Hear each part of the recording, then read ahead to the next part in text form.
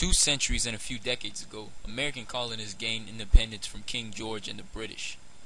On June 28, 1776, after voting in favor of Richard Henry Lee's resolution of independence, Congress turned its attention to the committee's plan of a declaration for independence from the British. Over several days of debate, Congress edited the draft. They changed the wording and also deleted almost a good one-fourth of the text. Unfortunately, part of that deleted material was that of a passage critical to the slave trade abolishment. All of these changes offended Thomas Jefferson, the original author. On July 4th, 1776, the terms of the Declaration of Independence was approved and sent to the printer for publication. Acting under the instruction of the Virginia Convention, Richard Henry Lee on June 7, 1776 introduced a resolution in the Second Continental Congress proposing independence for the colonies. The Second Continental Congress was a convention of delegates from the 13 colonies that began on May 10th of 1775 in Philadelphia, Pennsylvania. All of the colonies except Georgia sent delegates. The colonies presented there were joined in an effort for showing combined authorities to Great Britain.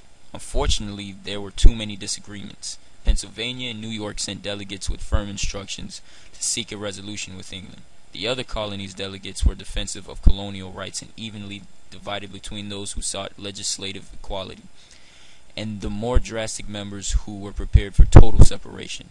Virginia's delegation was made up of most of the even mix, and not by coincidence presented the most distinguished group of men in America.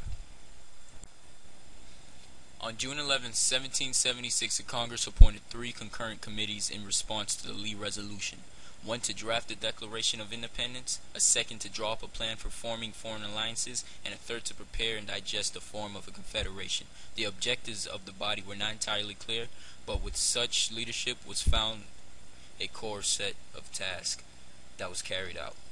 Many colonists, however, had developed a different idea of the British Empire. Because the colonies were not directly represented in Parliament, colonists argued that the Parliament had no right to levy taxes upon them.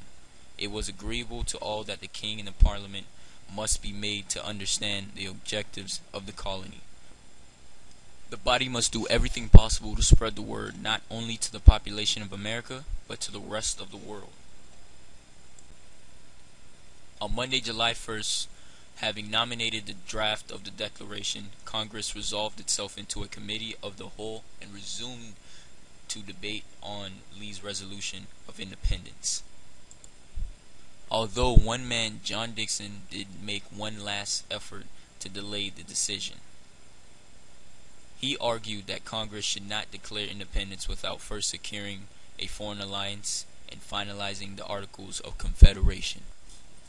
No matter, his effort was futile, and Congress continued with their process in the path to independence. After a long day of speeches, a vote was taken. Pennsylvania and South Carolina voted against declaring independence. The New York delegation, lacking permission to vote for independence, abstained. Delaware cast no vote because the delegation was split between 2 men.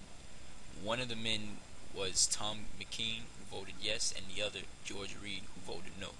The remaining 9 delegations voted in favor of independence, which meant that the resolution had been approved by the Committee of the Whole.